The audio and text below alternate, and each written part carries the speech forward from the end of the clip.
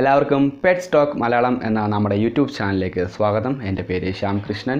എല്ലാവർക്കും ഇന്നത്തെ വീഡിയോയിലേക്ക് ഒരിക്കൽ കൂടി സ്വാഗതം. ഇന്നത്തെ വീഡിയോ എന്ന് പറഞ്ഞാൽ നമ്മൾ ഒരുപാട് ആൾക്കാരുടെ ഒരു ആഗ്രഹമായിരുന്നു എല്ലാ ബേഡ്സിൻ്റെയും മെയിൽ ആൻഡ് ഫീമെയിൽ അറിയുന്ന ഒരു വീഡിയോ.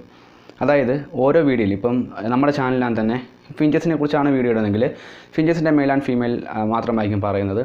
കോക്ടെയിൽ ആണെങ്കിൽ അങ്ങനെ തന്നെ ആയിരിക്കും. പക്ഷേ ഈ ഒരു വീഡിയോയിൽ എല്ലാ ബേഡ്സിനെയും കമ്പൈൻ ചെയ്തുകൊണ്ട് അതിൻ്റെയൊക്കെ മെയിൽ ആൻഡ് ഫീമെയിൽ അറിയാനായിട്ടുള്ള 3-ൽ കൂടുതൽ വഴികളിലൂടെയാണ് ഈ വീഡിയോ പോകുന്നത്. അതായത് നിങ്ങൾ ഈ ഒരു വീഡിയോ സ്കിപ്പ് ചെയ്യാതാണ് കാണുന്നതെന്നുണ്ടെങ്കിൽ ഓരോ ബേഡ്സിൻ്റെ മെയിൽ ആൻഡ് ഫീമെയിൽ ഈസി ആയിട്ട് കണ്ടെത്തുന്ന കുറേ ടിപ്പുകൾ ഈ വീഡിയോയിൽ പറയുന്നുണ്ട്.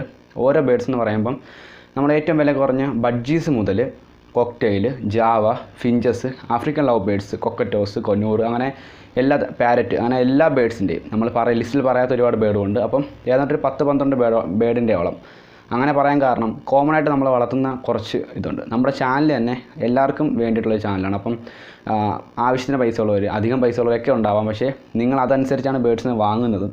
പക്ഷേ ഈ ഒരു വീഡിയോ എല്ലാവർക്കും ഒരുപോലെ ഉപകാരപ്പെടും. കാരണം ഈ വീഡിയോയിൽ ഏറ്റവും വില കുറഞ്ഞ ബേഡിൻ്റെ തൊട്ട് ഏറ്റവും വില കൂടിയ ബേഡ്സിൻ്റെ വരെ മെയിൽ ആൻഡ് ഫീമെയിൽ അറിയാനുള്ള ഒരു വീഡിയോ ആണിത്. അപ്പോൾ വീഡിയോ സ്കിപ്പ് ചെയ്യാതെ കാണാൻ ശ്രമിക്കണം. അതുപോലെ ആദ്യമായിട്ടാണ് നമ്മുടെ ഈ ചാനൽ കാണുന്നതെങ്കിൽ സബ്സ്ക്രൈബ് ചെയ്യുക, ബെല്ലൈക്കൺ എനേബിൾ ചെയ്യാൻ ശ്രമിക്കുക. അപ്പോൾ എൻ്റെ പേര് ശ്യാം കൃഷ്ണൻ. നമുക്ക് നേരെ ഇന്നത്തെ വീഡിയോയിലേക്ക് പോയേക്കാം.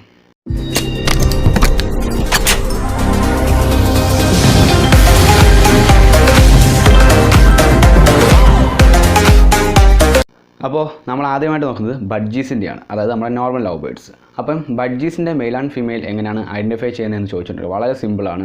നമ്മൾ നോക്കുകയാണെങ്കിൽ അറിയാൻ പറ്റും, ഈ ചുണ്ടിന് മേളിലായിട്ട് നോസിൻ്റെ ഭാഗത്ത് ഡാർക്ക് ബ്ലൂ ആണ് എന്നുണ്ടെങ്കിൽ അത് മെയിലായിരിക്കും, വൈറ്റ് ആണ് എന്നുണ്ടെങ്കിൽ അത് ഫീമെയിൽ ആയിരിക്കും.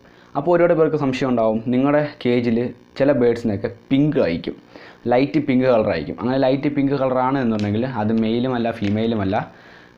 മീൻസ് ഉദ്ദേശിച്ചത് മെയിലാണോ ഫീമെയിലാണോ എന്ന് ആ ഒരു ഏജിൽ അറിയാൻ ബുദ്ധിമുട്ടാണ്, കാരണം അത് കുഞ്ഞാണ്. അപ്പം ഈ രീതിയിലാണ് ബഡ്ജീസിൻ്റെ മെയിൽ ആൻഡ് ഫീമെയിൽ ഐഡൻറ്റിഫൈ ചെയ്യുന്നത്. നമുക്കിനി വേറെ നോക്കാം, African love birds. African love ബേഡ്സിൻ്റെ മെയിൽ ആൻഡ് ഫീമെയിൽ എങ്ങനെയാണ് നോക്കുക എന്ന് വെച്ചിട്ടുണ്ടെങ്കിൽ 3-ൽ കൂടുതൽ വഴികളിലൂടെ നമുക്ക് ആഫ്രിക്കൻ ലവ് ബേഡ്സിൻ്റെ മെയിൽ ആൻഡ് ഫീമെയിൽ ഐഡൻറ്റിഫൈ ചെയ്യാൻ പറ്റും.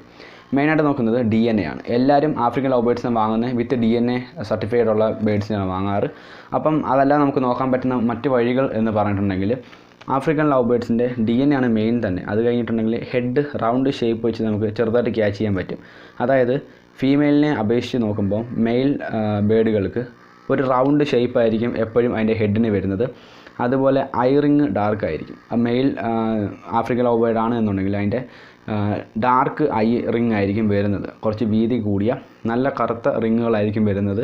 അതുപോലെ തന്നെ ചുണ്ടിൻ്റെ ഷേപ്പ് നോക്കുമ്പോൾ നമുക്കറിയാൻ പറ്റും, ഫീമെയിൽസിന് എപ്പോഴും ചുണ്ട് കുറച്ച് പരന്നിട്ട് കുറച്ച് വീതി കൂടിയ നീളമുള്ള ചുണ്ടായിരിക്കും. എന്നാൽ നമ്മുടെ മെയിൽ ആഫ്രിക്കൻ ലവ് ബേഡ്സിൻ്റെ ചുണ്ട് വരുമ്പം അത് സ്മാളാണ്, വളരെ ചെറിയ സൈസിലുള്ള ചുണ്ടുകളായിരിക്കും കാണപ്പെടുന്നത്. നമ്മൾ നോക്കുന്നത് കോക്ടെയിലിനെയാണ്. കോക്ടെയിൽസിന് ഒരുപാട് ആരാധകരുള്ള ബേഡാണ് കോക്ടെയിൽ.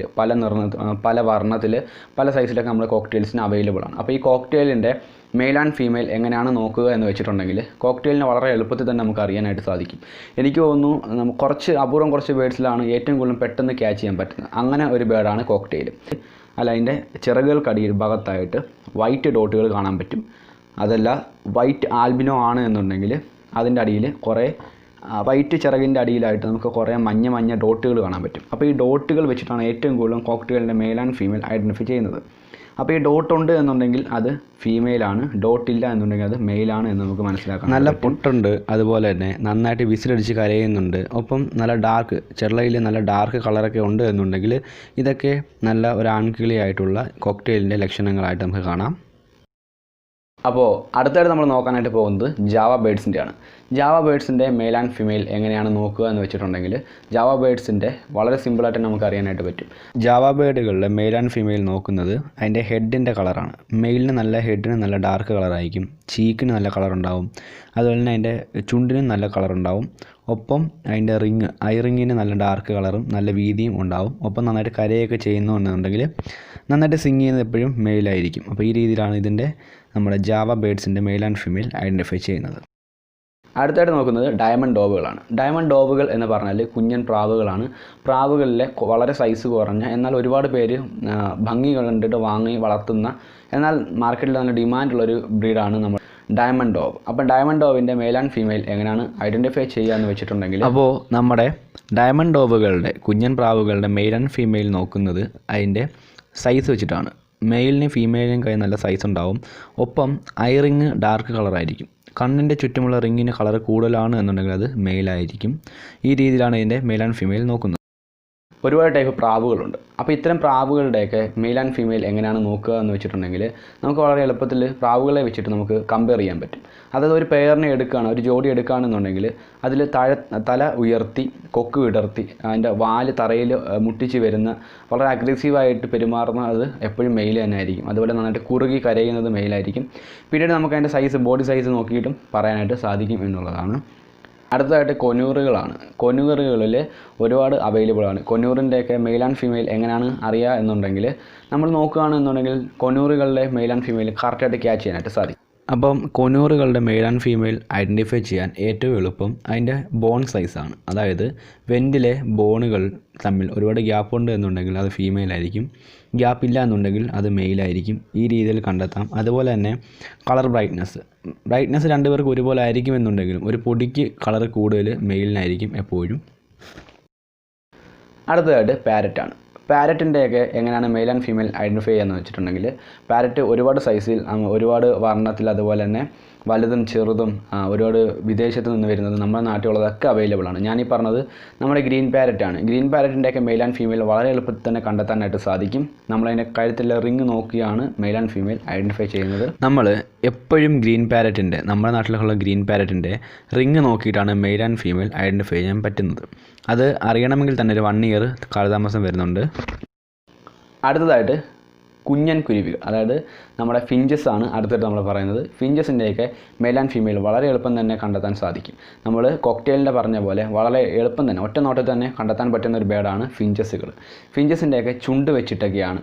അതായത് വൈറ്റ് ഫിഞ്ച് ആണ് എന്നുണ്ടെങ്കിൽ, ചുണ്ടിന് ഡാർക്ക് കളർ ഉണ്ട് എന്നുണ്ടെങ്കിൽ അത് മെയിലായിരിക്കും. അതല്ല ഒരു ലൈറ്റ് ഓറഞ്ച് ആണ് എന്നുണ്ടെങ്കിൽ അത് ഫീമെയിൽ ആയിരിക്കും. അതുപോലെ തന്നെ സീബ്ര ഫിഞ്ചസിന് വളരെയധികം ഡാർക്ക് കളറുണ്ട്, ചുണ്ടിന് ഡാർക്ക് റെഡ് ആണ് എന്നുണ്ടെങ്കിൽ മെയിലായിരിക്കും, ലൈറ്റ് ഓറഞ്ച് ആണെങ്കിൽ ഫീമെയിൽ ആയിരിക്കും. പിന്നീട് ചീക്ക്, ചില ഭാഗത്ത് ഒരു പൊട്ട് പോലെ ഉണ്ട് എന്നുണ്ടെങ്കിൽ അതും മെയിൽ തന്നെ ആവാനാണ് വളരെ ചാൻസ്. അതുപോലെ തന്നെ നന്നായിട്ട് സിങ് ചെയ്യുന്നുണ്ടെങ്കിൽ അതെപ്പോഴും മെയിൽ തന്നെ ആയിരിക്കും. അടുത്തായിട്ട് പറയുന്നത് ഗോൾഡൻ ഫിഞ്ചസ് ആണ്. ഗോൾഡൻ ഫിഞ്ചസിനെ നമ്മൾ കണ്ടെത്താൻ കുറച്ച് പ്രയാസമാണ്. കാരണം ഗോൾഡൻ ഫിഞ്ചസിൻ്റെ ഒരുപാട് വെറൈറ്റീസ് ഉണ്ട്. അതായത് പല കളറുകൾ മിക്സ് ചെയ്ത് വരുന്നതാണ് ഗോൾഡൻ ഫിഞ്ച്. അപ്പോൾ ഈ ഗോൾഡൻ ഫിഞ്ചിന് യെല്ലോ ഹെഡ്, അതുപോലെ തന്നെ ബ്ലാക്ക് ഹെഡ്, അങ്ങനെ ഒരുപാട് ടൈപ്പ് ഉണ്ട്.